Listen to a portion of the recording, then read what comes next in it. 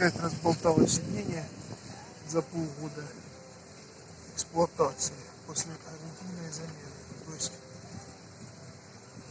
как это так показать, просто жесть.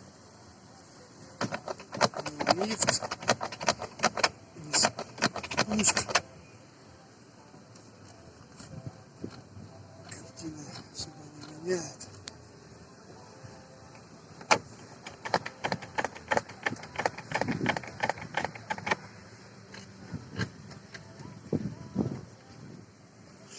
Так вот, что делать, когда гарантия закончится, непонятно.